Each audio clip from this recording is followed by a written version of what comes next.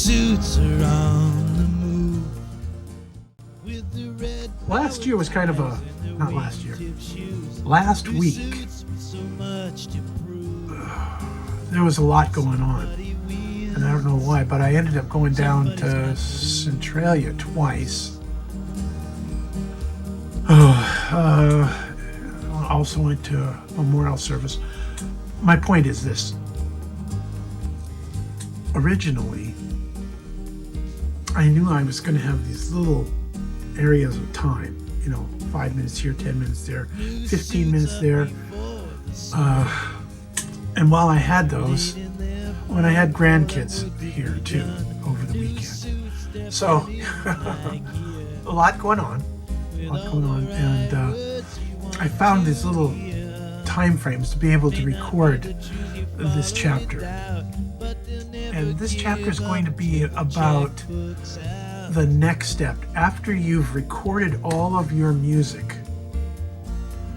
and you're getting ready to get it published, well, you may or may not know about this. I've known about this obviously since, maybe 1999 maybe. I don't remember when Napster came out, but I was made aware of this by my friend Doug Marsh.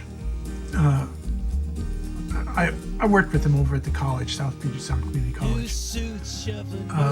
Really nice guy, and a musician, and a creative guy. But he told me that because all this stuff is digital now, that they can embed certain things into the videos. Well, you can do it in videos too, but into the audio files. And so automatically, I was interested. I didn't have any of that on my stuff. In fact, I didn't even digitize my stuff until 2001. So prior to that, but I did find out about it. And what's interesting, see, is you can put information. You can, I want to say bury, but or hide, but it's, if you got the right software, you can see what it's doing. But in this software, you can put information about yourself, your music, the track names and stuff. And the cool thing about this is, and why I'm getting around to this is, when you're recording this, you're going to want to do this. You're going to want to take it and bring it into this MP3 program, because what it does for you is it gives you the capability of owning that not that somebody can't change it, because certainly they can. Let's say when you get in your car and you put your CD in your car, and it starts to play the first song, and it has the name of the album, it has the name of the person, it has the name of the song. That's where it gets it from. It gets it from these tags that are embedded inside of the digital files.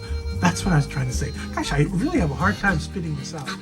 During the different lag times, 2 minutes here, 10 minutes there, I recorded how to use MP3 tag is what it's called. But you don't just use it. You don't just tag your MP3s. You tag your WAV files too, because there are ways that you play waves. And the other nice thing is you can also embed a picture of the album itself. And of course, when I found this out, when I started going into the digital world and started recording again in 2011, actually I started recording in 2009, but anyways, I digress. In 2011, I discovered how to do this kind of thing, and I managed to do that, and I'm really glad that I did, because it really makes a nice definition for the file. Okay, let's get on with this. Here's the first one. MP3 tags, which also you can tag WAV files. And in fact, there's a whole number of files that MP3 tag works on. Also, here's something cool. It's free. It's open. They're automatically sending you updates whenever they come up with one, which is pretty neat because every time they do an update, they fix something that's broken, and they may add something that you wanted before that wasn't there before. And they'll tell you what the new additions are before you download it. And you can say, well, I don't think I care. Or you'll just download it and go with the new features. Now, what I want you to understand is that you don't have to do this. I didn't used to do this up until I didn't used to do this at all. And so, you know, during the analog series, I really didn't have a way that I could do that anyways, because they were kind of in different camps. But I digress. A lot of my earlier stuff that was from the archive series, some of that doesn't have any of that in there. And that's okay that it doesn't. Ultimately, I don't even know if anybody's even listening to that stuff that's on Spotify. But if they are, well, more power to it. But I'm not putting them out there to be published as albums, you know, like on Bandcamp. But if I was, then that would be the first thing I'd want to do, is I'd want to put that in there. Okay, now, rather than say I digress, let's do this here. Let's bring up the first graphic. And as you can see on this first graphic, we're talking about sorted files. And I'm choosing WAV files because that's what I'm doing right now. I'm getting them ready to be published. The MP3s are very important before you start to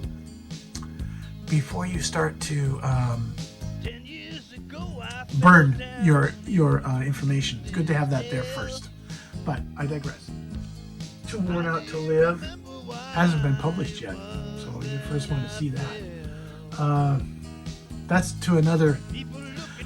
That actually was written for another play that I was hoping to put together, and that play would be called Senior Moments. And it's songs, and the story is about a lot of older people. Okay, second picture that we're looking to see here is when we've selected the files. And you can see that I've not only selected the files, but I've got most of the files for this particular album. And there's 2 copies of Spinning My Wheels. That's not good. And you can see from the naming conventions that I have here that some are called, just the name of the song, and then like the one for the Gunfighter, it says Lord Baldwin, 61, 13 Cowboys, 107, The Contract, a Gunfighter song, RE. Now, the reason that's the normal format that I would name most of my files. The first one is the name of the author.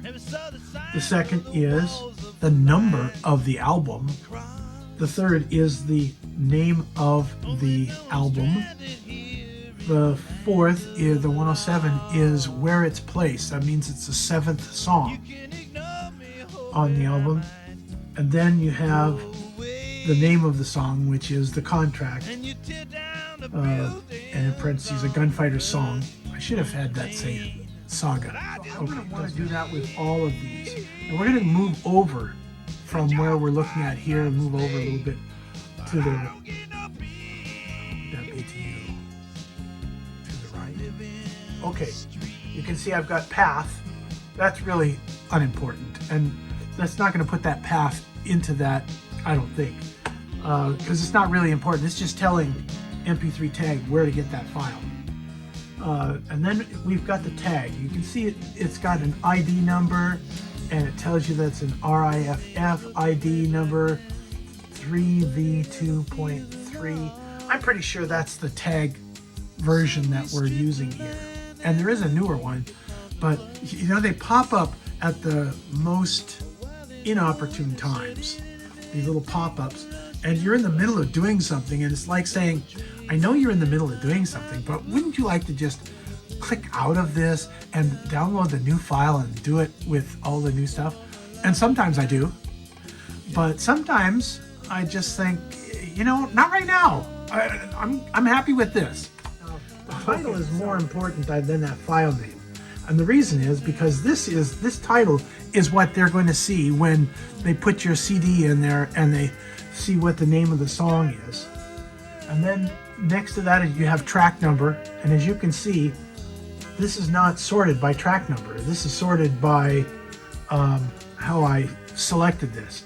Also, you can see that there's information that's missing. For instance, you see that a couple of them say Lord Baldwin here as the album artist, but the rest of them do not. And so that's something I have to fix.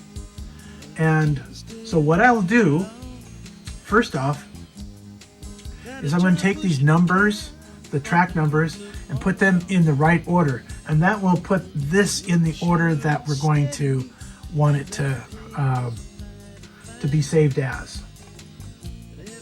Let's move on. Oh, okay, so this is my third graphic. And this is important because it shows you what it looks like when it is sorted, when you have the information in there that you want. Now, for instance, if we look over here at artist, remember in the other graph, maybe I should bring that other graph back up. I don't really care. Well, maybe I should. Doggone it. Okay, if you notice in this graph here, you see over to the far left, would it be your left? My left? I don't know. You'll notice the title, artist, album, year, track, all these things that go here on a vertical line, they're empty. You can see that, right? So let's look at this though. Let's look at this. Now we're looking back at this third graphic. First off, you'll notice under title it says keep. In other words, we want to keep that title. So if I put something in title, it'll put that title on all of these. So that means if we go over 1, 2, 3, 4 columns, if I was to change that title after having selected everything, it would come over here and it will change everything. Everything. Okay, title. That's why it says keep, because we're going to keep that title because we want each one to have its own individual title. And that's the same with the track number, because we don't want them to all have the same track number.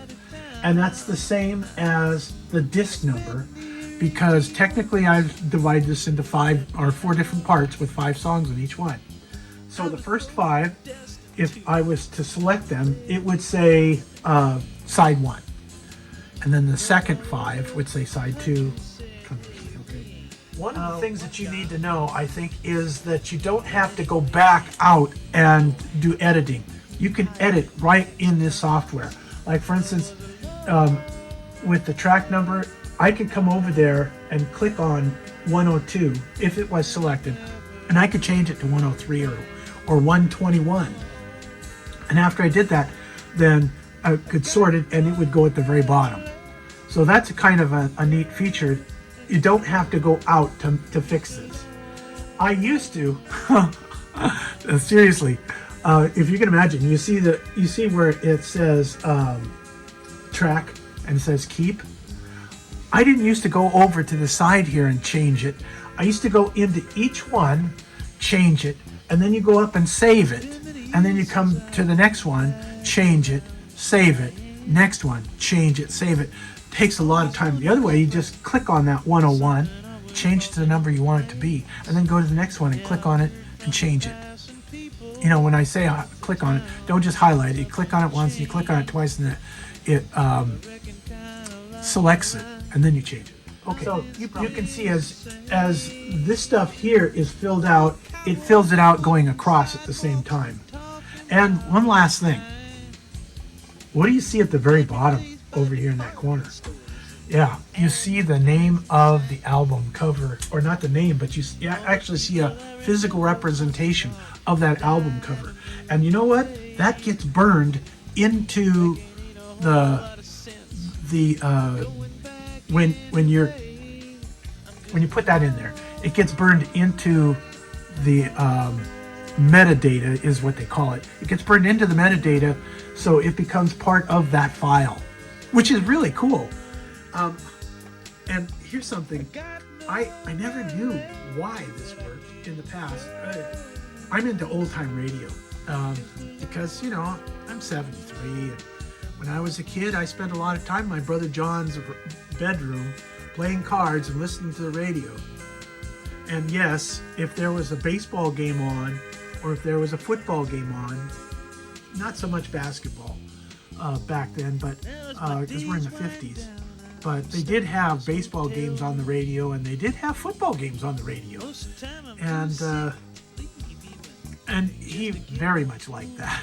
His little plastic radio. So yeah, we listened to a lot of that, but other times, you know, he knew that I liked old time radio. No, he honored me, I guess. It's not like he coddled me with it, but we would listen to old time radio, stuff like yours truly, Johnny Dollar, one of my favorites. I'm trying to think about some of the earlier ones, because I think Gunsmoke, I'm not sure when Gunsmoke came out. I remember listening to Gunsmoke though, with William Conrad. He was the best. His voice, he owned Gunsmoke. The funny thing about this is, and I'm not going to go into that. You don't need to know all that history. But the long and short of it is, back years ago when I started collecting MP3s of old-time radio shows, a lot of them would have these little pictures as you're moving it over from here to copy it onto here. You'd see this little graphic, and you think, where'd that come from? How does it know that? But now you know, and now we know. So I think that's all you need to know about this. So let's go back to my friend. Thanks, bye. Okay, let's conclude this. You don't have to do what I just did, but it's really a good thing for you to do. Here's another reason why this is good. With these MP3 tags that you put in your MP3 files, for instance, and then if, let's say, you're going to be burning your own software, you're going to be burning your own disks. That's what I do here. But when you burn your disks, if you have those tags in there, you just tell the software, which they all have this now, you say, yes, I want to use the tags. And then when you burn it, it'll come out just like as if you bought it in the store, because it's got that information embedded on your disk. And then you put your disk. Here's Lord Baldwin. And it looks like this album is Addicted to the Machine. Oh, that's neat. Oh, and the first song is called Addicted to the Machine. Well, let's listen to see what that sounds like. Okay, you get the idea. The idea is, this is one of the tools that I use that you should use if you're going to be taking your raw music and then bringing it into an MP3 format or a WAV format or a FLAC format, and being able to put that information inside there. Now, I realize this particular episode probably wasn't a lot of fun, like a lot of the other ones might be fun. But I'm hoping that part of the reason I was doing this was because I'm walking you through the process, and this is one of the processes. So you're welcome to it. Thanks a lot, and we'll talk to you later.